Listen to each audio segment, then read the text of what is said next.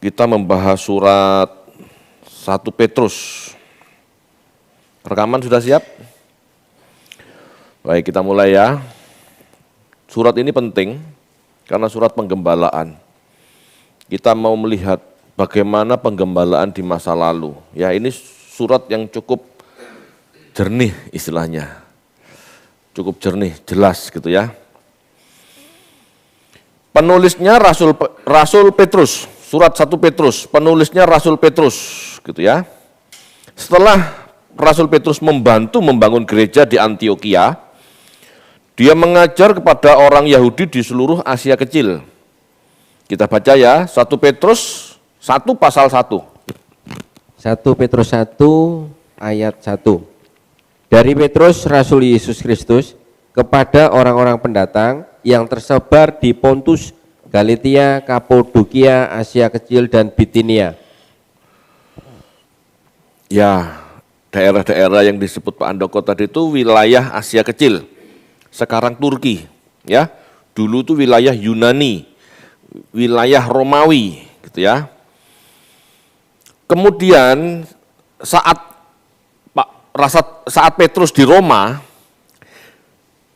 jadi setelah membangun gereja Antioquia, dia mengajar orang Yahudi di seluruh Asia Kecil, ya gitu ya.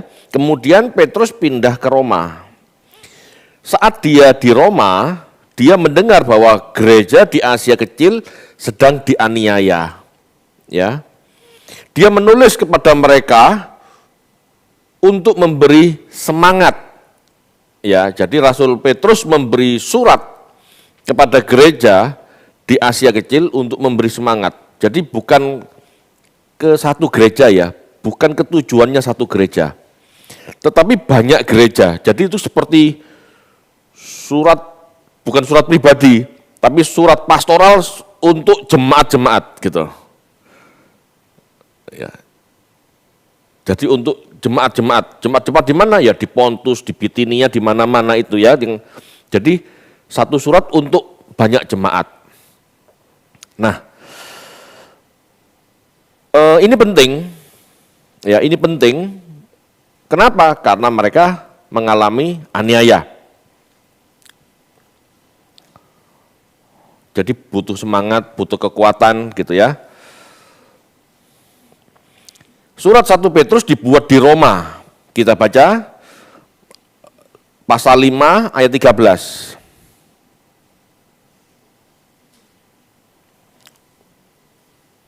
Satu Petrus 5 ayat 13. Salam kepada kamu sekalian dari kawanmu yang terpilih yang di Babylon dan juga dari Markus anakku. Ya, Pak itu di Babylon Pak. Babylon itu sebutan Roma. Ya, Babylon itu julukan Roma. Ingat kitab Wahyu, Babel besar telah runtuh. Sama sebetulnya, itu simbolisme Roma. Ya, disebut Babel kenapa? Karena orang Yahudi memahami bahwa Babel itu adalah musuh Allah, tempatnya kejahatan, penghancur umat Allah. Ingat ya, Yerusalem dihancurkan oleh Babel. Jadi Roma dianggap Babel yang baru, yang menghancurkan orang Kristen, umat Allah. Jadi kalau ada kata-kata Babel di Perjanjian Baru, itu sebetulnya merujuk pada Roma, bukan Babel yang Mesopotamia, tapi Babel itu Roma, Kekaisaran Roma, itu Babel besar, Babel. Ya. Jadi Petrus menulis suratnya dari Roma, kurang lebih tahun 60 sampai 64. Ya, kurang lebih tahun segitu, 60 sampai 64. Jadi kalau kita mengerti ini Bapak Ibu, kita nggak akan berandai-andai, oh Babel besar itu Amerika, Babel besar itu Eropa, Babel besar, belum ada, Amerika, Eropa belum ada saat itu. Ya, jadi Babel besar, Babilonia, Babel itu gambaran dari Roma, ya. Gambaran spiritnya menghancurkan umat Allah gitu ya. Tanggal yang tepat ketika Petrus tiba di Roma memang tidak jelas. Tradisi berkata bahwa ia mati sebagai martir di sana pada pemerintahan Nero kurang lebih tahun 67. Namun ada juga dugaan penulisnya adalah murid atau pendengar Petrus. Sehingga surat ini kemungkinan ditulis tahun 80-90. Kalau menurut tradisi, ditulis tahun 60 sampai 64. Tradisi ya. Tetapi menurut kritik teks ya, orang yang memperdalam tulisan-tulisan, kelihatannya ini tidak seperti tulisan sebelum hancurnya Yerusalem. Tetapi lebih tepat setelah hancurnya Yerusalem. Jadi diperkirakan tahun 80-90, di mana gereja sudah benar-benar punya jalan sendiri, tidak jadi satu dengan Yahudi, bukan bagian dari sinagog, tetapi punya komunitas tersendiri, gitu ya. Sebab kalau tahun 60-64, sinagog, orang-orang Kristen itu masih ke sinagog, masih menganggap dirinya Yahudi. Tetapi di atas tahun 70, apalagi jelas ya setelah konsili Yamnia, dianatema, dikutuki, dipisahkan, maka Kristen punya komunitas sendiri yang disebut gereja. Nah, karena ini surat kepada jemaat, nah kemungkinan besar ini kondisi setelah tahun 70, bahkan mungkin setelah konsili, gitu ya, konsili Yamnia, konsili Yahudi. Konsili Yahudi itu kapan? Ya tahun 80-90-an.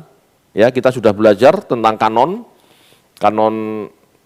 Yahudi, kanon Perjanjian Lama. Nah, itu kekristenan sudah jalan sendiri, sudah bukan bagian dari Yahudi. Ya. Jadi ada dugaan penulisnya adalah murid Petrus atau pendengarnya Petrus. Ya, penatua pendengar Petrus. Pakai nama Petrus. Sekali lagi, hal seperti ini sudah biasa. Ya, kalau kita yang ikut Biblika rutin, bisa saja Yosua yang menulis sebagian kitab Musa, bisa. Karena dikatakan, maka matilah Musa. Lah terus yang nulis siapa terusannya? Nah iya kan tidak mungkin, bisa jadi Yosua yang meneruskan itu, gitu loh. Sama juga Petrus, mungkin Petrus mengawali tulisan-tulisan ini, tetapi dilanjutkan oleh murid-muridnya atau bahkan mungkin pendengarnya, ya, gembala-gembala yang lain gitu ya, murid-muridnya. Dugaan ini diperkirakan karena ajaran dan struktur gereja terkesan sudah utuh dan rapi. Jelas ya. Jadi diduga ini merupakan tulisan penerus Petrus tahun 80-90. Karena apa? Karena ajaran dan struktur gereja terkesan sudah utuh dan rapi. Petrus mati sekitar 64 atau 67. Pada tahun-tahun itu gereja belum utuh dan belum rapi. Kenapa? Karena Yerusalem masih ada. Karena belum diusir dari sinagog, belum diusir dari Yahudi. Jadi masih kacau. Gayanya masih gaya Yahudi, gaya sinagog, bukan gaya gereja. Nah, tapi tulisan di Petrus ini menunjuk pada gaya gereja sudah, bukan gaya sinagog, gitu loh. Itu bahasa saya sampaikan seperti ini ya, supaya lebih mudah gitu aja.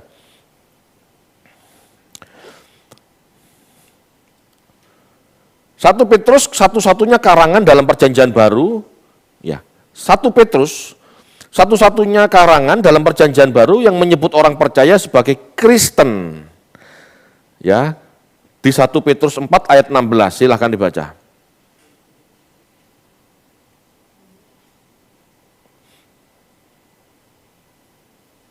Satu Petrus 4 ayat 16. Tetapi jika ia menderita sebagai orang Kristen, maka janganlah ia malu, melainkan hendaklah ia memuliakan Allah dalam nama Kristus itu. Ya.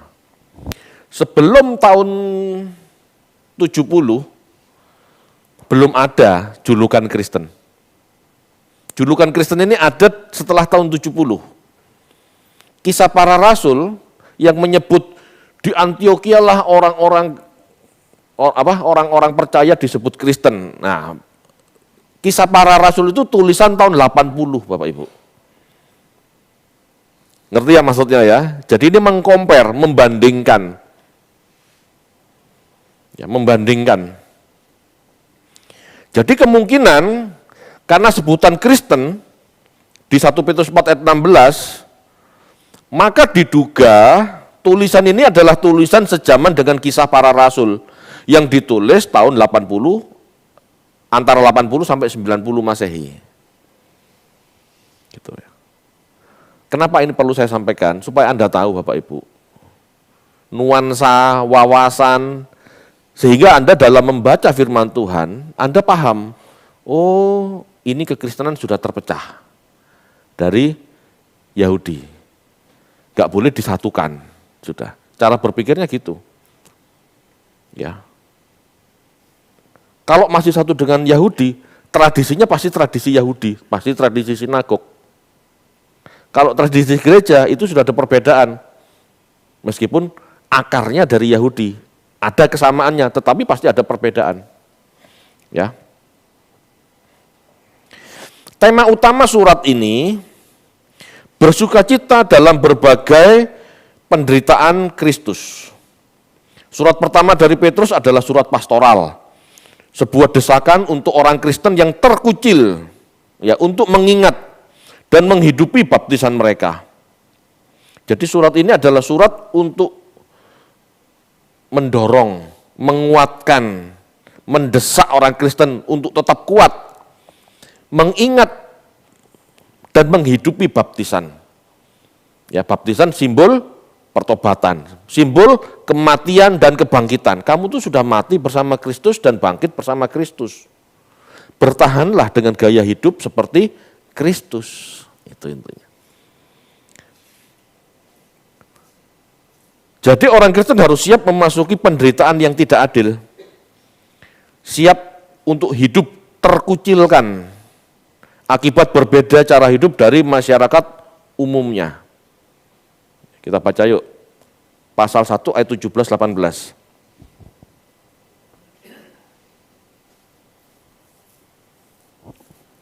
1 Petrus 1 ayat 17 dan 18. Dan jika kamu menyebutnya Bapa, yaitu Dia yang tanpa memandang muka menghakimi semua orang menurut perbuatannya, maka hendaklah kamu hidup dalam ketakutan selama kamu menumpang di dunia ini. Sebab kamu tahu bahwa kamu telah ditebus dari cara hidupmu yang sia-sia, yang kamu warisi dari nenek moyangmu, itu bukan dengan barang yang fana, bukan pula dengan perak atau emas. Jelas ya. Latar belakang, sejak kematian Stefanus banyak orang Kristen kabur dari aniaya di Yerusalem. Sehingga surat ini tidak dituliskan untuk kota tertentu, tetapi untuk kota-kota di Asia Kecil, ya. Banyak karena ya sebarannya orang Kristen diaspora ini banyak. Kita diberitahu melalui surat ini bahwa orang Kristen ini hidup di 5 provinsi Asia Kecil. Disebutkan bahwa pembacanya adalah pendatang perantauan. Artinya orang-orang Yahudi atau Kristen di pembuangan, diperserakan. Jadi surat ini surat umum sifatnya, bukan surat khusus, bukan surat pribadi. Ya. Selebaran itu istilahnya, atau kalau sekarang itu warta jemaat gitu ya, jadi bukan ke satu orang khusus, ke banyak orang gitu loh. Ya, tapi mungkin caranya berbeda ya, kalau sekarang kita langsung fotokopi bisa atau di-share ke grup bisa, zaman dulu enggak seperti itu. Jadi satu surat ini dikirimkan ke Asia Kecil kepada seseorang, nanti diperbanyak untuk jemaat-jemaat yang membutuhkan gitu. Petrus memberikan cukup banyak nasihat dan petunjuk soal bagaimana umat mesti berlaku sebagai orang Kristen dalam masyarakat yang beraneka ragam. Ajaran Petrus adalah ajaran Tuhan Yesus yang beredar saat itu. Hal itu terbukti dari tulisan-tulisan pada suratnya, baik kutipan maupun ajarannya sewarna. Jadi surat 1 Petrus menurut tradisi ditulis oleh Petrus. Tetapi menurut para cendekiawan atau ilmuwan atau sejarawan kritik teks gitu ya, diduga tidak asli Petrus. Tetapi bukan berarti palsu. Ya. Tahu maksudnya ya? Kitab 1 Petrus ini kitabnya orang Kristen. Kitab yang ditulis oleh para rasul, meskipun tidak langsung ditulis oleh tangannya Petrus, itu loh maksudnya. Bisa saja suatu saat Petrus itu khotbah, gitu ya. Lalu sama seseorang ditulis. Atau suatu saat Petrus menulis sebuah surat, belum jadi, sudah keburu disalib terbalik di Roma. Surat ini diteruskan oleh murid-muridnya, oleh pendengarnya. Seperti yang diajarkan Petrus. Paham ya? Ajarannya Petrus pasti bisa dipahami oleh muridnya, dan muridnya pasti menuliskan. Ini yang saya sebut asli ajaran Kristen, asli ajaran para rasul, meskipun belum tentu ditulis langsung oleh Petrus. Gitu ya. Kenapa saya berani menjamin bahwa ini adalah surat asli para rasul atau Rasul Petrus, meskipun bukan tulisan tangannya sendiri ya. Mungkin saja tulisan murid atau penerusnya. Karena di ayat-ayat di 1 Petrus ini banyak ayat-ayat yang sama dengan apa yang diajarkan Tuhan Yesus di dalam Injil. Contoh, 1 Petrus 2 ayat 12.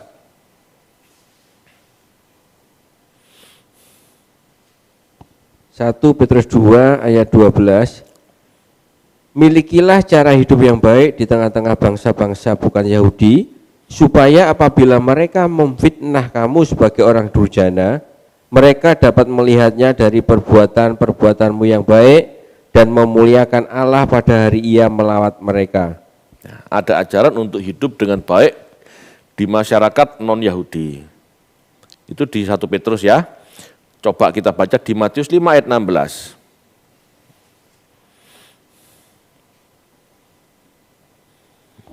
Matius 5 ayat 16. Demikianlah hendaknya terangmu bercahaya di depan orang, supaya mereka melihat perbuatanmu yang baik dan memuliakan Bapamu yang di surga. Ini kan sama sebetulnya. Hendaklah kamu menjadi terang. Ya, hendaklah kamu terang, bercahaya. Terangmu bercahaya di tengah kegelapan. Terang itu apa? Terang itu kesaksian hidup orang yang mengenal firman, mengerti firman. Di tengah orang-orang yang tidak mengenal firman, itu kegelapan. Ya, ini kan simbolisme, figuratif. Gitu ya. Tapi intinya sama. Ya. Lalu 1 Petrus 2 ayat 19. Itu sama dengan Lukas 6 ayat 32 sampai 34. Enggak usah dibaca ya supaya enggak lama. Ya, itu sama, 1 Petrus 2 ayat 19 sama dengan Lukas 6 ayat 32 sampai 34. Isinya rela menanggung penderitaan yang tidak seharusnya. Atau mau dibaca aja? Coba ayo dibaca aja yuk. Karena intinya surat Petrus itu ini. 1 Petrus 2 ayat 19. 1 Petrus 2 ayat 19. Sebab adalah kasih karunia jika seorang karena sadar akan kehendak Allah menanggung penderitaan yang tidak harus ia tanggung. Ya, itu sama dengan ajaran Tuhan Yesus di Lukas 6 ayat 32 sampai 34. Lukas 6 ayat 32 sampai 34. Dan jikalau kamu mengasihi orang yang mengasihi kamu, apakah jasamu? Karena orang-orang berdosa pun mengasihi juga orang-orang yang mengasihi mereka. Sebab jikalau kamu berbuat baik kepada orang yang berbuat baik kepada kamu, apakah jasamu? Orang-orang berdosa pun berbuat demikian. Dan jikalau kamu meminjamkan sesuatu kepada orang, karena kamu berharap akan menerima sesuatu daripadanya, apakah jasamu? Karena orang-orang berdosa pun meminjamkan kepada orang-orang berdosa, supaya mereka menerima kembali sama banyak. Jelas? Kamu menolong orang, ya, kamu menolong orang berdosa. Apa bedanya sama orang berdosa menolong orang berdosa? Tidak ada bedanya. bedanya jika kita dalam menolong orang berdosa, lalu dikhianati, ya, gak dipedulikan, sudah ditolong, ngegikno, dan kita tetap bisa mengasihi mereka. Itu loh kekristenan. Sudah ditolong, gak dianggap, atau bahkan mungkin, ya, sudah ditolong, diewangi, dipinjemi, ditagih ngamuk. Wah, itu kekristenan. Ya. Kalau cuma meminjami orang, membantu orang berdosa pun membantu sesamanya orang berdosa. Tidak ada bedanya. Bedanya itu jika kita tetap bisa mengasihi meskipun orang yang kita bantu berbuat jahat atau membalasnya dengan kejahatan. Itulah kekristenan.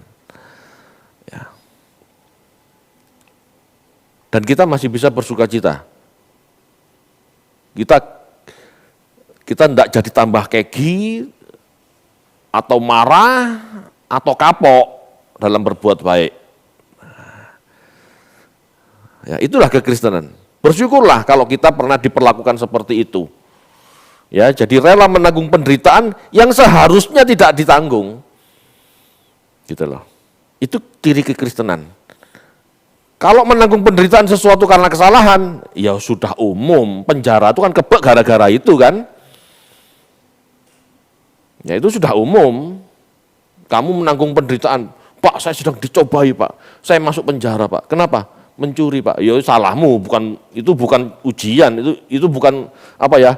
Bukan sesuatu yang bernilai. Memang kamu seharusnya dibegitukan oleh pemerintah, oleh pemerintah sebagai wakil Tuhan. Gitu ya. Tapi kalau kamu masuk penjara gara-gara tujuannya baik tapi dianggap gak baik gitu ya. Nah, itu baru luar biasa. Oke, kita masuk isi surat 1 Petrus ya. Awalnya ada salam. Jelas salam dari surat ini jelas menyatakan bahwa orang-orang yang dipilih ya, bahwa orang-orang yang dipilih supaya taat kepada Yesus dan menerima darahnya. Ya. Menerima darahnya itu simbol ketaatan dan pengampunan dosa. Nah, perlu diketahui kata dipilih di situ seolah-olah penetapan, tetapi sebetulnya tidak. Gitu ya. Coba kita baca aja. Pasal 1 ayat 1. 1 Petrus 1 ayat 1. Dari Petrus, Rasul Yesus Kristus kepada orang-orang pendatang yang tersebar di Pontus, Galatia, Kapadokia, Asia Kecil dan Bitinia. Lanjut. Yaitu orang-orang yang dipilih sesuai dengan rencana Allah Bapa kita dan yang dikuduskan oleh Roh supaya taat kepada Yesus Kristus dan menerima percikan darahnya. Ya. Kiranya kasih karunia dan damai sejahtera makin melimpah atas kamu. Itu. Yaitu orang-orang yang dipilih. Kalimat ini mengesankan Tuhan pilih-pilih orang. Tetapi sebetulnya bukan itu. Kata aslinya prognosin.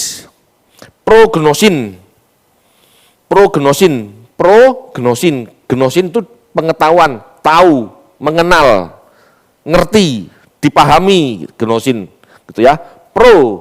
Sebelumnya, sejak semula gitu ya. Jadi maksudnya orang-orang yang dipilih itu artinya diketahui sejak semula, bukan ditetapkan loh.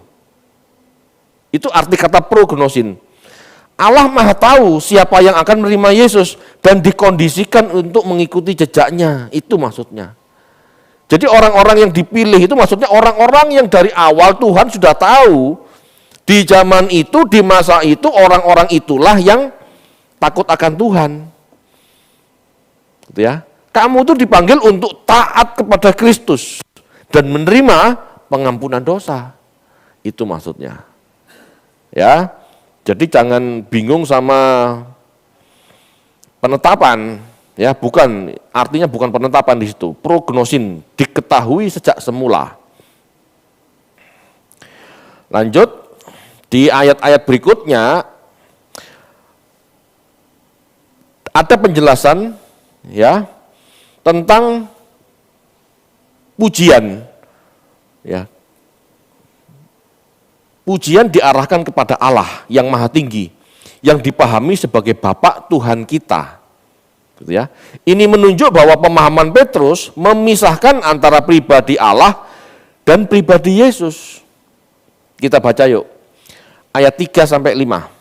1 Petrus 1 ayat 3 sampai 5. Terpujilah Allah dan Bapa Tuhan kita Yesus Kristus, yang karena rahmat-Nya yang besar telah menglahirkan kita kembali oleh kebangkitan Yesus Kristus dari antara orang mati kepada suatu hidup yang penuh pengharapan, untuk menerima suatu bagian yang tidak dapat binasa, yang tidak dapat cemar, dan yang tidak dapat layu, yang tersimpan di surga bagi kamu, yaitu kamu yang dipelihara dalam kekuatan Allah karena imanmu, sementara kamu menantikan keselamatan yang telah tersedia untuk dinyatakan pada zaman akhir.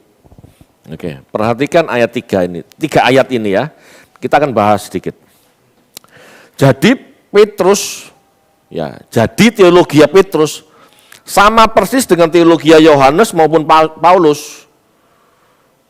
Membedakan antara Allah, pribadi Allah, Bapaknya Tuhan Yesus dan Tuhan Yesus. Beda. Jadi kalau ada golongan Kristen yang Yesus only, Bapak ya Yesus, Yesus ya Bapak, Bapak ya Roh Kudus ya Yesus, itu jelas ngawur. Kenapa? Karena di sini jelas, ya, terpujilah Allah, Bapak Tuhan kita, Bapak kita juga loh. Ini jelas loh. Tapi banyak orang Kristen yang berpikir Bapak ya Yesus, Yesus ya Bapak.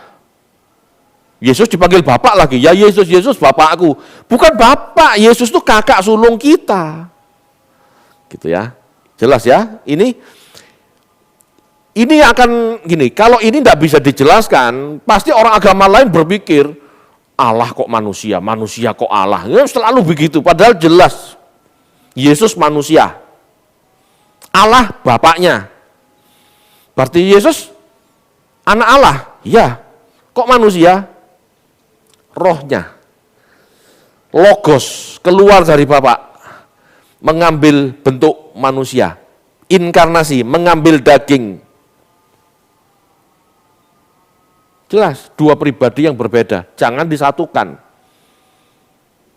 Yesus sendiri ngajar kita apa? Berdoa kepada Bapa. Tidak pernah Yesus ngomong berdoalah kepadaku, tidak pernah loh. Berdoalah kepada Bapa.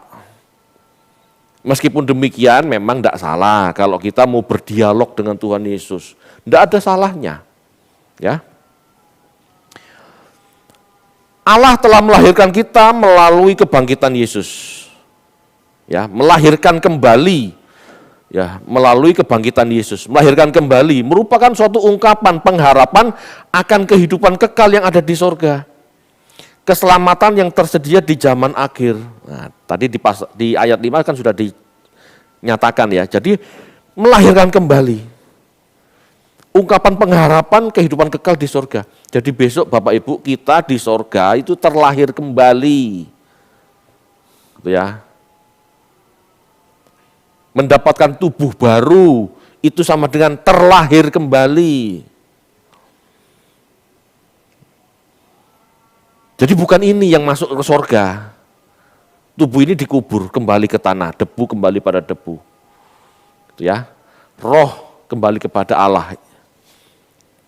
Di mana? Di Firdaus. Nanti pada saat kedatangan Tuhan yang kedua kali, orang-orang yang sudah mati, yang rohnya terkumpul di Firdaus ini, dapat tubuh baru, terlahir kembali. Berarti tidak langsung besar Pak, ya itu dibicarakan nanti. Ya, mau jadi langsung besar atau mulai kecil itu urusan belakang. Yang penting kita dapat, ya, yang penting kita mendapatkan janji kehidupan lagi yang lebih baik dan kekal, itu maksudnya. Meskipun saat itu orang percaya mengalami aniaya dan penderitaan, Petrus tetap mendorong umat Tuhan bergembira melalui semua itu. Sebab semua aniaya dan penderitaan tersebut adalah ujian untuk kemurnian iman mereka. Ujian, penderitaan aniaya dan penderitaan adalah ujian. Jadi saat kita diuji, jangan nangis-nangis. Jangan bersedih. Kalau Anda tahu bahwa aniaya, penderitaan yang Anda alami ini ujian, Anda harus bersyukur. Sama seperti anak SD, anak SMP, anak SMA. Jangan mengeluh kalau ada UAS. Kalau ada UAS mengeluh dan berharap tidak ada ujian, kan nggak naik kelas. Cara berpikirnya begitu. Ada ujian UAS, ujian akhir semester, lalui saja. Setelah itu Anda pasti naik kelas, lolos, tuntas. Anda telah melewati pendidikan, gitu ya, dan masuk tahap berikutnya. Terus seperti itu sampai akhirnya semakin cerdas, jadi sarjana. Gitu ya. Bergembiralah melalui semua itu. Sebab aniaya penderitaan tersebut adalah ujian untuk kemurnian iman mereka. Jadi iman itu perlu dimurnikan melalui ujian. Ya. Ketahanan mereka mengalami ujian inilah sesungguhnya iman yang menyelamatkan. Ya. Iman, banyak yang berpikir kalau aku minta, kalau aku kepingin, kalau aku bayangkan terjadi. Itu tidak pernah menyelamatkan. Ya, itu bukan iman sebetulnya. Itu ajaran New Age, sihir. Ya, iman bukan itu. Tujuan iman bukan masalah hal-hal fana atau daging. Tujuan iman adalah urusan jiwa. Tujuan iman adalah keselamatan jiwa. Jiwa adalah karakter yang mewarnai roh. Jiwa adalah karakter. Jiwa adalah pola pikir, sudut pandang, pengertian, nurani yang mewarnai roh. Sehingga pada saat orang mati, tubuh terpisah, tubuh masuk ke kuburan, roh ini kembali kepada Bapa dengan warna yang sudah dibentuknya pada masa hidupnya. Dengan warna yang sudah teruji pada masa hidupnya. Jadi bersyukurlah kalau ada ujian, karena warna Anda semakin bold. Semakin, kalau merah apa ya, bukan merah muda, tapi merah benar-benar merah tua. Jadi kalau Anda tidak pernah mengalami ujian, merasa berkat Tuhan, Anda salah sebetulnya. Jangan-jangan Anda diabaikan sama Tuhan. Kenapa? Tidak ada ujian hidup. Begitu Anda mati, warna roh Anda puye. Tahu puye ya? Gak jelas, pudar, gak bold. Ini warna apa kok gak jelas? Dimuntahkan, karena suam-suam. Tetapi kalau warna Anda jelas, wah ini Yesus warna merah tua, ini merah tua juga termasuk. Kamu masuk. Sama seperti anakku yang tunggal. Gitu loh maksudnya. Warnanya sama enggak? Nah kalau enggak pernah ngalami ujian ya susah. Lupa kalau kita memang hidup kita fine-fine saja gimana? Ya carilah ujian. Carilah ujian. Kadang-kadang Anda tidak teruji itu bukan karena Tuhan tidak menguji, karena Anda cuek. Ada ujian, Anda bolos. Ada ujian disajikan, Anda pura-pura enggak tahu. Sebetulnya ada, tidak mungkin tidak ada. Anda dipertemukan sama Lazarus, orang miskin. Anda harusnya tahu itu ujian. Jangan-jangan itu malaikat yang sedang menguji kita. Kan ada di firman Tuhan tertulis seperti itu. Jangan cuek. Makanya saya katakan, kasih itu aktif, enggak diem, enggak nunggu digerakkan.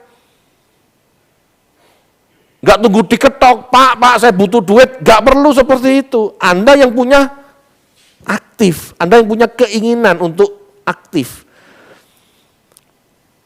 Mana ujian untuk aku? Kok enggak lewat? Anda harusnya cari.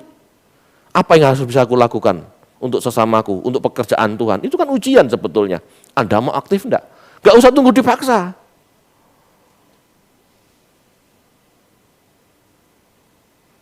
Sama seperti pertolongan ya begitu.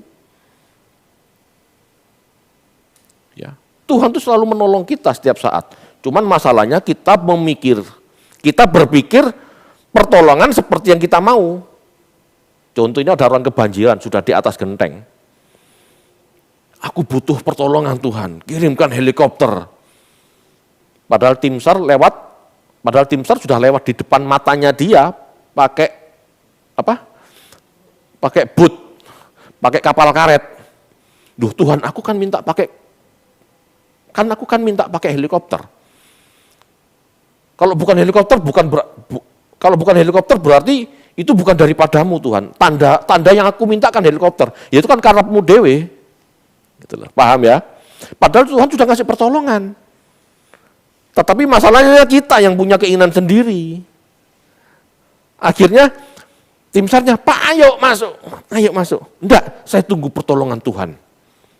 Ya tim SAR-nya ngomong karepmu wis lewat. Sampai malam enggak datang helikopternya. Paham ya? Ujian juga begitu. Anda harus tahu ujian apa yang Tuhan percayakan pada kita. Yang Tuhan serahkan pada kita. Kita cari. Oh itu bukan ujianku. Aku enggak melok-melok urusaniku. Lah itu. Padahal di depan matanya dia itu. Dia tahu dia harus tolong itu.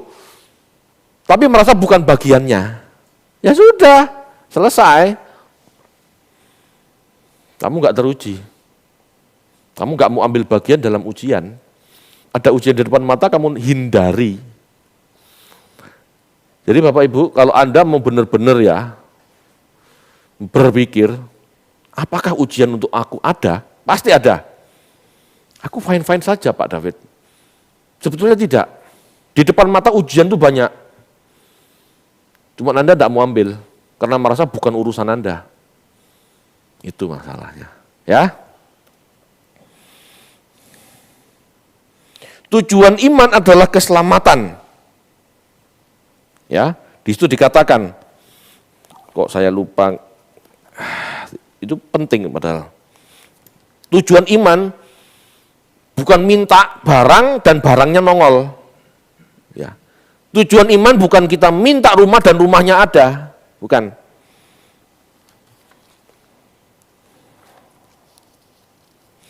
Satu Petrus 1 ayat 9.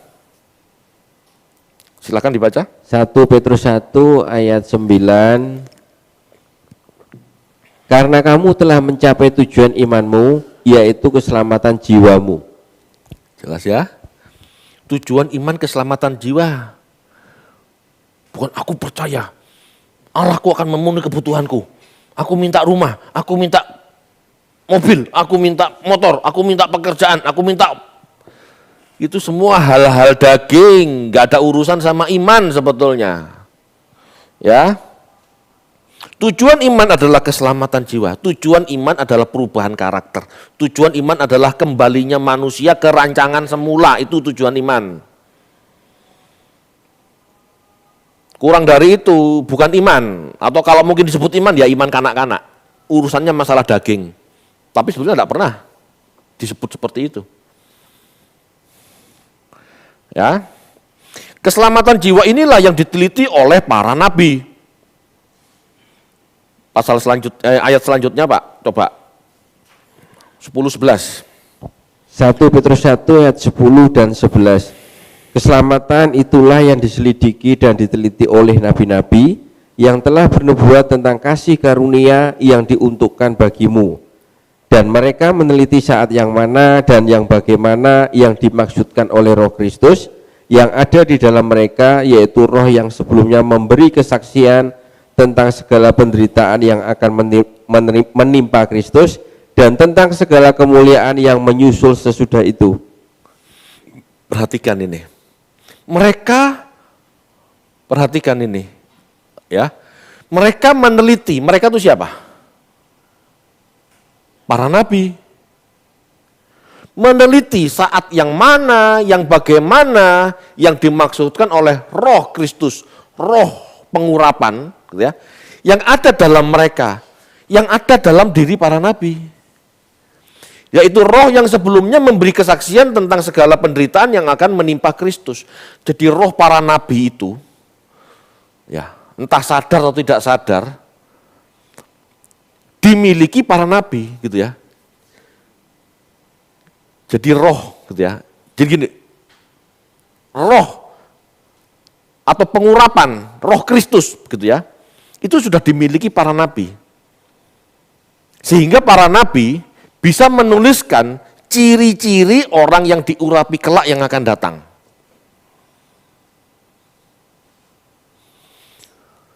Para nabi memiliki roh Kristus, memiliki gairah Kristus, memiliki passion, memiliki pemahaman tentang seseorang yang diurapi, yang akan menjadi juru selamat.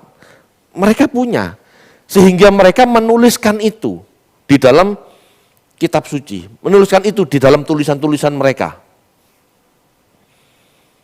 Musa nggak kenal Yesus, karena Yesus hidup 1400 tahun kemudian. Tetapi Musa dalam rohnya, dalam spiritnya, dia tahu akan ada seseorang yang seperti aku, gitu ya, akan menghidupi Taurat dan akan hidup oleh Taurat. Musa tidak kenal Yesus, tetapi Musa punya spirit itu. Itu maksudnya. Jadi spirit ini belum tentu roh gitu ya. Musa punya ide itu. Kalau orang akademis, ide pakai bahasa ide gitu ya. Jadi Musa punya ide itu. Kalau bahasa agamawinya punya apa? Punya marifat. Ah, ngono loh. Bingung ya mau menjelaskan yang tepat itu.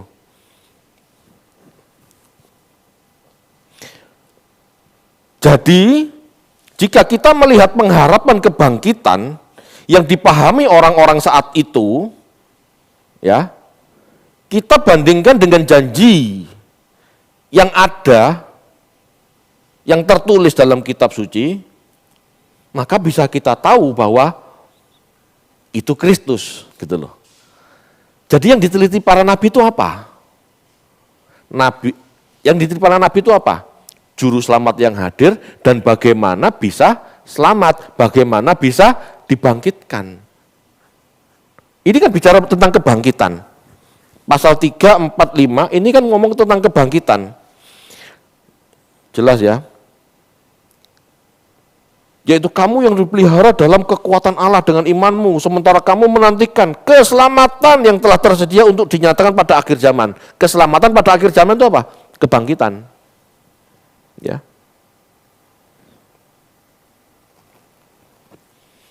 Kita baca sekarang. Yohanes 11 ayat bisa enggak Makabe dibuka? Bisa enggak? Makabe 7 ayat 9 dan 14.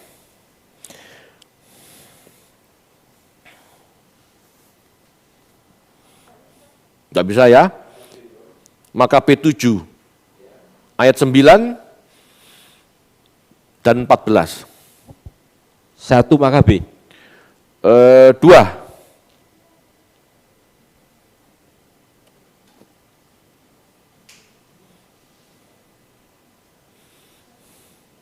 2 Makabe 7 ayat 9 dan 11. Ketika sudah hampir putus nyawanya, berkatalah ia, memang benar kau bangsat dapat menghapus kami dari hidup di dunia ini, tetapi Raja Alam Semesta akan membangkitkan kami untuk kehidupan kekal, oleh karena kami mati demi hukum-hukumnya. Ayat 11, dengan berani berkatalah ia, dari surga aku telah menerima anggota-anggota ini, dan demi hukum-hukum Tuhan kupandang semuanya itu bukan apa-apa, tetapi aku berharap akan mendapat kembali semuanya daripadanya. Mereka bersedia mati demi hukum-hukum Tuhan ditegakkan. Mereka yakin hukum-hukum ini kalau ditegakkan, mereka bangkit.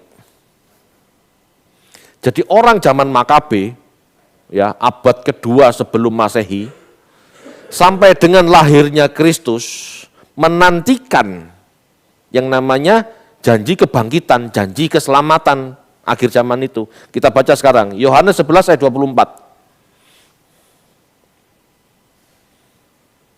Ya, tadi di zaman Makabe, itu abad kedua sebelum Masehi, mereka merindukan kebangkitan. Yohanes 11 ayat 24. Nah, itu zamannya Tuhan Yesus.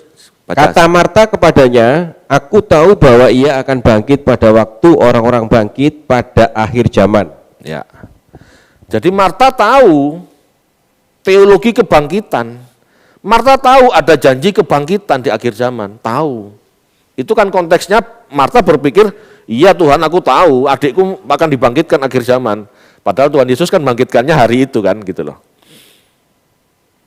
Jadi sebetulnya masa-masa itu janji keselamatan yaitu kebangkitan pada akhir zaman itu sudah kuat di masyarakat saat itu. Inilah yang diteliti para nabi. Bagaimana? Kok bisa? Yang mana? Gitu. Kan dikatakan seperti itu. Dan mereka meneliti saat yang mana. Saat yang mana itu berarti kapan? Dan bagaimana caranya? Apa yang dimaksudkan oleh roh Kristus? Roh pengurapan, roh urapan. Apa yang dimaksud? Nah, itu yang diselidiki para nabi. Nah, kita sekarang akan belajar ya. Kita bandingkan dengan janji adanya nabi seperti Musa. Ada janji ya. Adanya janji akan muncul nabi seperti Musa. Yang membawa pengajaran, yang menghidupi Taurat dan menderita serta akan hidup atau serta akan dibangkitkan, gitu ya. Kita baca yuk, Ulangan 18 ayat 18.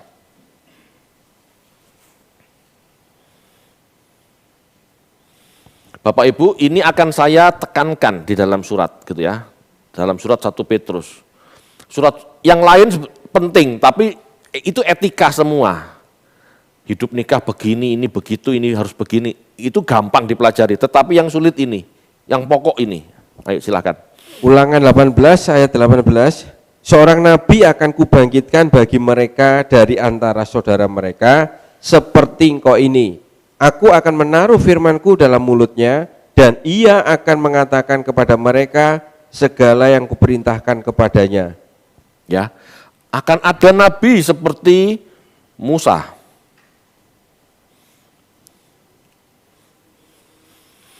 Jika Musa mati, maka sebetulnya Musa itu tidak layak. Ya. Banyak orang berpikir Musa mati, karena tertulis matilah Musa. Padahal Musa tidak mati.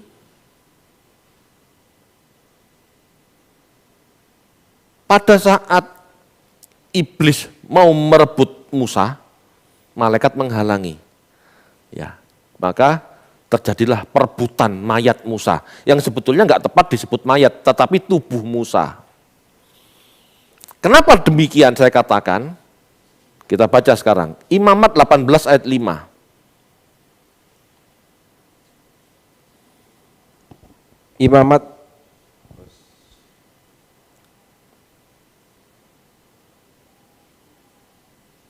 Imamat 18 ayat 5. Sesungguhnya kamu harus berpegang pada ketetapanku dan peraturanku. Orang yang melakukannya akan hidup karenanya akulah Tuhan. Orang yang melakukan ketetapan-ketetapan Tuhan dan peraturan-peraturan Tuhan akan hidup karenanya. Ini janji. Dan Musa hidup dengan ketetapan-ketetapan Tuhan. Jadi Musa hidup sebetulnya. Ya, saya cenderung sebagai orang yang belajar, saya cenderung punya prinsip yang sama dengan Pak Eras. Kalau perkara ada pendeta lain yang mengatakan Musa mati, terserah. Tetapi saya yakin Musa sebagai pembawa hukum Tuhan, dia menghidupinya, oleh sebab itu dia hidup.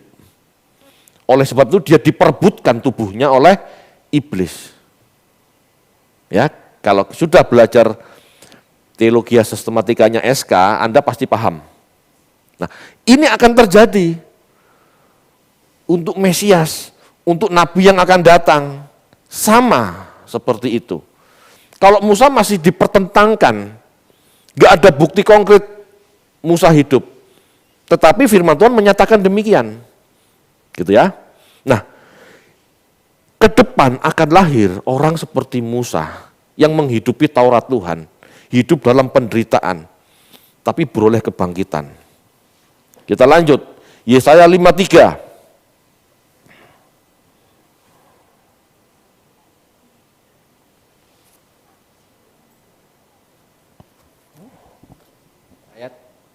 Ayat 2 sampai 12. Tapi jangan dibaca semua, Pak. Baca sampai sebentar. Yesaya 53. Jadi 2 sampai 12 itu kisah tentang seseorang utusan Allah yang hidup dalam penderitaan. Ya. Jadi dalam spiritnya, Yesaya tahu akan munculnya orang itu meskipun Yesaya tidak kenal Yesus. Gitu ya. Yesaya 53 itu ayat 2 sampai 12 ya. Baca ayat 3 dan 4. Yesaya 53 ayat 3 dan 4. 4, 5, sekalian 5, Pak. 3 sampai 5. Ia dihina dan dihindari orang, seorang yang penuh kesengsaraan yang biasa menderita kesakitan. Ia sangat dihina sehingga orang menutup mukanya terhadap dia, dan bagi kita pun dia tidak masuk hitungan. Tetapi sesungguhnya penyakit kitalah yang ditanggungnya dan kesengsaraan kita yang dipikulnya. Padahal kita mengira dia kena tulah, dipukul dan ditindas Allah. Tetapi dia tertikam oleh karena pemberontakan kita, dia diremukkan oleh karena kejahatan kita, ganjaran yang mendatangkan keselamatan bagi kita ditimpakan kepadanya, dan oleh bilur-bilurnya kita menjadi sembuh. Inilah ciri orang-orang yang akan dibangkitkan. Inilah ciri orang-orang yang akan dibangkitkan. Petrus sedang ngomong kepada jemaat ya Asia kecil saat itu, relalah kamu menderita meskipun itu bukan kesalahanmu, karena Mesiasmu seperti itu, gitu loh. Mesiasmu pun mengalami. Yesus, Mesiasmu, Yesus yang kamu percaya sebagai Mesias juga mengalami penderitaan yang sama. Dan karena dia rela menderita, bukan karena kesalahannya, dia dibangkitkan oleh Bapa. Kalau kamu mau mendapatkan keselamatan yang sama di akhir zaman, relalah menerima penderitaan yang sama. Itu maksudnya. Ya. Jadi Yesaya pun dalam tulisannya menyiratkan hal-hal tentang kebangkitan Yesus. Sekarang Yeremia 31 ayat 33. Yeremia sekarang.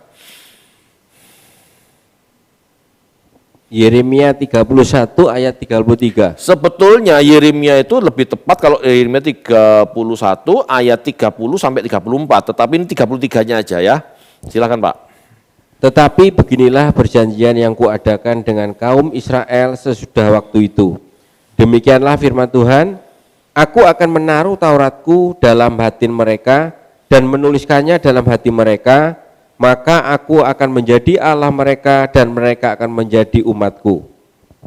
Kelak yang menjadi umat Tuhan adalah orang yang memahami firman. Bukan menuliskannya di batu atau di kitab suci, tetapi firman Tuhan itu masuk dalam batinnya, dalam pikirannya. Ya. Rela menderita itu tidak mudah. Kalau tidak mengerti firman, mereka nggak akan pernah bisa rela menderita. Seseorang yang mengerti firman saja belum tentu rela menderita. Ya. Dengan mengerti firman, kita rela menderita, rela diperlakukan tidak adil, mau jadi lemah lembut, karakter berubah. Orang-orang ini loh yang dibangkitkan. Ya. Daniel 12 ayat 2, silakan.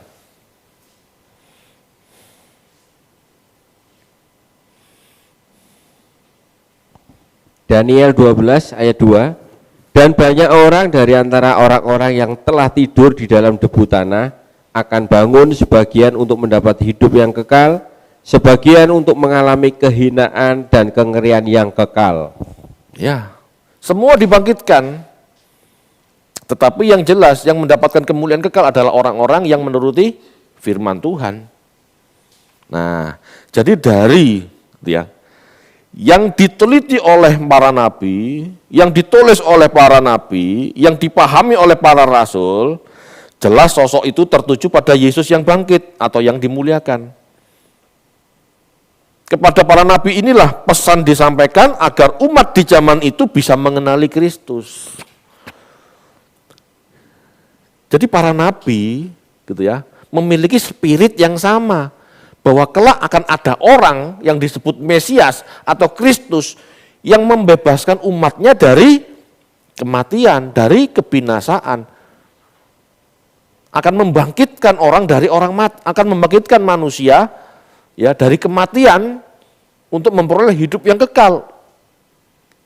Jadi jalurnya pengajaran Petrus sudah jelas. Berbeda dengan pengajaran Yahudi, Mesias yang dianggap membebaskan masyarakat atau orang Yahudi dari penjajahan Roma, beda jauh sudah. Gitu loh. Bagi Petrus, Mesias yang benar itu nabi, bukan raja, nabi. Gitu ya. Imam yang membawa umat hidupnya benar dan bisa memperoleh kebangkitan dari maut. Apa gunanya hidup? Hidup dalam penjajahan. Kelak hidup lagi di sorga. Sesuatu yang jelas tidak ada penjajahan. Itu jauh lebih baik. Pikiran orang zaman dulu itu seperti itu. Ya, jadi 1 Petrus 1 ya di pasal awal-awal ini itu tentang keselamatan. Ya. Orang percaya diminta mempersiapkan akal budi. Nah, ini lagi. Orang percaya diminta mempersiapkan akal budi dan pengharapan untuk janji kebangkitan yang akan dinyatakan Tuhan Yesus dengan hidup sebagai anak-anak yang taat. Ya, di pasal 1 ayat 13 sampai 25 itu banyak ajakannya, enggak usah dibaca, Pak. Panjang, Anda baca sendiri. Tetapi yang jelas di situ di pasal 13-nya coba. Di pasal 1 ayat 13 coba dibaca. 1 Petrus 1 ayat 13. Sebab itu siapkanlah akal budimu, waspadalah dan letakkanlah pengharapanmu seluruhnya atas kasih karunia yang dianugerahkan kepada kamu pada waktu penyataan Yesus Kristus. Nah, akal budi di situ dari kata dianoias ya, artinya perception, thinking, mind, understanding, intellect, heart attitude, sikap hati, itu sama. Maksudnya apa? Petrus minta orang percaya mempersiapkan akal budinya dan meletakkan pengharapannya untuk kekekalan, untuk waktu Tuhan Yesus menyatakan dirinya, karena di sanalah ada kebangkitan. Kekristenan tidak dipersiapkan untuk kaya raya. Kekristenan tidak tidak pernah diadakan. Kekristenan tidak pernah diadakan oleh Tuhan Yesus maupun para rasul untuk mencapai berkat-berkat dunia. Tidak. Siapkanlah akal budimu menyongsong kebangkitan. Gitu loh maksudnya. Pengharapanmu tuh nanti Tuhan Yesus datang, kamu dibangkitkan. Siapkanlah pola pikirmu. Jangan mikiri yang ndak-ndak, jangan mikiri harta. Gitu maksudnya. Pikiri saja kebangkitan, bagaimana bangkit. Persiapkanlah dirimu. Sudut pandangmu itu kebangkitan, bukan yang lain.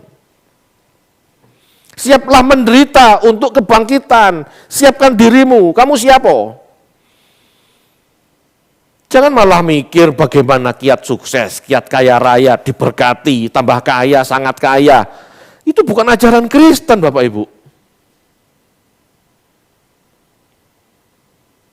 Ini Petrus loh yang ngomong, bukan saya.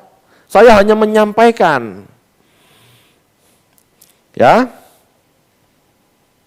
Ayo, Petrus mengajak, siapkan akal budimu dan pengharapan untuk janji kebangkitan yang akan dinyatakan Tuhan, ya yang akan dinyatakan Tuhan akhir zaman.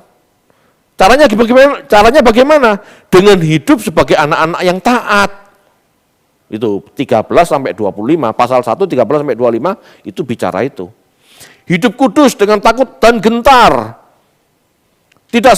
Jangan hidup seperti nenek moyangmu yang selalu memberontak, mintanya hal-hal jasmani. Itu maksudnya. Patro paradoto yang dimaksud di situ, jangan seperti nenek moyangmu. Diselamatkan keluar dari Mesir untuk masuk tanah perjanjian, di perjalanan ribut soal makanan. Betul enggak? Kan ributnya soal mana, burung puyuh, bersungut-sungut masalah air. Betul? Jangan seperti nenek moyangmu. Ngurusi masalah panganan tok. Daging terus yang diurusi. Jangan. Ya. Jadi patro paradoto itu konteksnya saat itu. Gitu ya. Nah, terserah pendeta kalau mau ditarik zaman sekarang yang penting Anda tahu, jangan hidup seperti nenek moyang gitu ya. Kamu sudah ditebus dari cara hidup nenek moyangmu. Maksudnya apa? Kamu relalah diperlakukan tidak adil. Nenek moyangmu tuh tidak rela diperlakukan tidak adil. Karena merasa hidup bertuhan harus diberkati. Tidak seperti itu. Jangan berpikir seperti nenek moyangmu. Yang hidup kudus, hidup benar, melakukan taat hanya untuk berkat jasmani.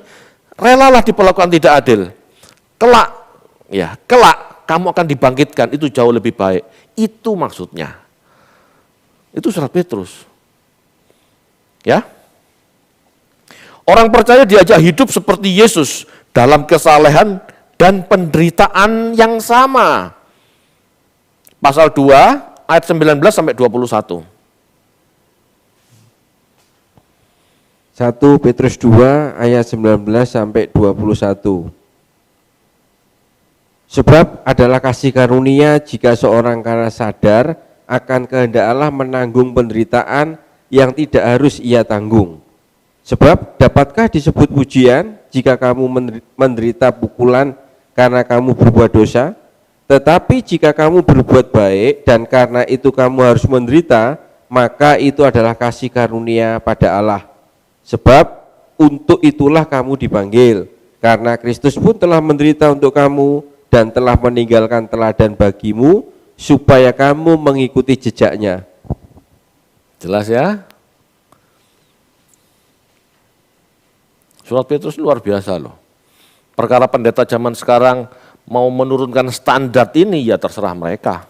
Tetapi yang jelas ayat ini bicaranya begitu. Kita harus rela hidup menderita, harus rela diperlakukan tidak adil. Harus rela tidak menjadi sukses kaya raya dan diberkati seperti nenek moyangmu, harus rela. Kenapa? Karena keselamatan itu masalah jiwa, tujuannya kebangkitan kekal. Jelas ya, jadi orang Kristen sekarang jangan salah sasaran, jangan salah visi kalau bahasa zaman sekarang. Ya. Lanjut, di pasal-pasal berikut Petrus mengajarkan kepada orang percaya etika hidup yang benar dalam masyarakat. Ya, di pasal 2 ayat 13-17 hubungan dengan pemerintah, ada urusan budak, moralitas dan lain-lain. Ya, itu pasal 2 dan selanjutnya sampai pasal 4 bicara moral, bicara etika. Anda bisa baca sendiri. Itu tidak perlu dijelaskan ya, itu sudah jelas.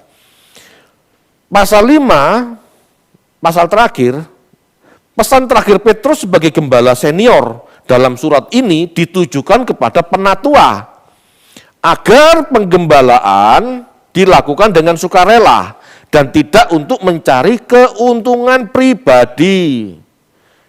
Siapapun yang mau jadi gembala harus rela kehilangan hak memperkaya diri. Jangan. Penggembalaan adalah pengabdian, bukan cari untung. Matius 5 ayat 2 sampai 3. Matius 5 ayat 2 dan 3. Maka Yesus pun mulai berbicara dan mengajar mereka. Sorry, kok Matius? Ini 1 Petrus 1 ayat 5, 1 Petrus 5 ayat 2 sampai 3, sorry. 1 Petrus 5 ayat 2 dan 3. Gembalakanlah kawanan domba Allah yang ada padamu, jangan dengan paksa, tetapi dengan sukarela sesuai dengan kehendak Allah, dan jangan karena mau mencari keuntungan, tetapi dengan pengabdian diri. Janganlah kamu berbuat seolah-olah kamu mau memerintah atas mereka yang dipercayakan kepadamu, tetapi hendaklah kamu menjadi teladan bagi kawanan domba itu. Jelas lah. Jadi gembala itu jangan cari keuntungan pribadi. Penggembalaan adalah pengabdian. Jadi gembala itu berat Bapak Ibu. Ya. Karena bisa saja orang menafsirkan segala macam tindakannya, oh ini ambil keuntungan pribadi. Gitu. Makanya kalau Anda lihat saya tidak pernah minta duit, bukan saya nggak nganggap Anda punya hati tulus kepada saya, tidak. Saya nggak mau dinilai mencari keuntungan pribadi. Kalau Anda memberi saya puji Tuhan, tidak, saya tidak akan minta. Tujuannya ini.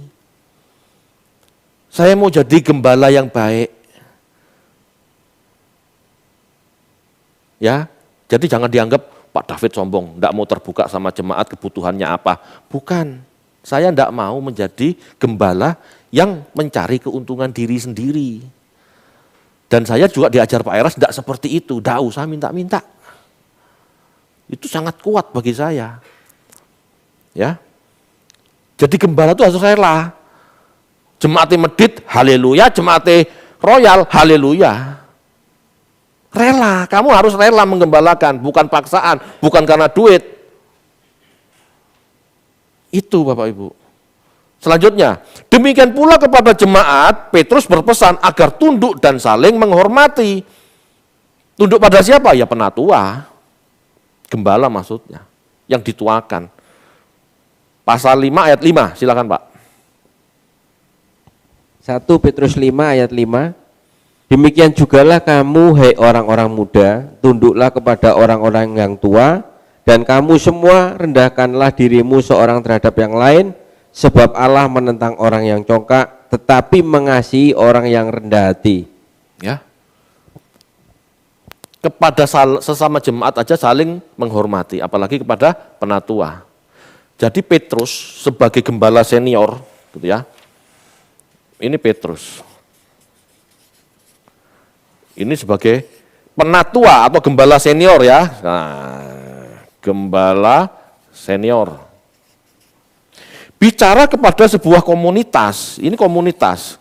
Dalam komunitas ada gembala lokal, ya gembala lokal, ada jemaat. Petrus sebagai gembala senior ngomong sama gembala lokal, gembalakanlah dengan baik, jangan terpaksa, jangan cari keuntungan. Gembala senior Petrus kepada jemaat ngomong, tunduklah, hormatlah gembala-gembala lokal. Jadi Petrus ini sedang memperkuat yang namanya jemaat lokal. Gembala senior ini memperkuat gembala lokal dan jemaat lokal supaya mereka benar-benar bisa menjadi jemaat yang kuat, yang kokoh, yang baik. Ini loh. Kan Petrus ngomongnya kepada jemaat di Bitinia, Ponti, ya, kan banyak itu. Di pasal 1 ayat 1 kan banyak. Ini berarti kan gembala-gembala. Nah, jadi idealnya penggembalaan begitu.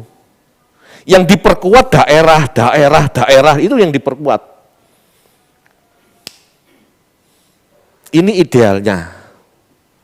Oke, perkara zaman sekarang tidak ideal, ya itu urusan lain, ya kita harus berpikir lagi. Amin, Bapak Ibu. Saya rasa cukup. Saya akhiri sampai di sini.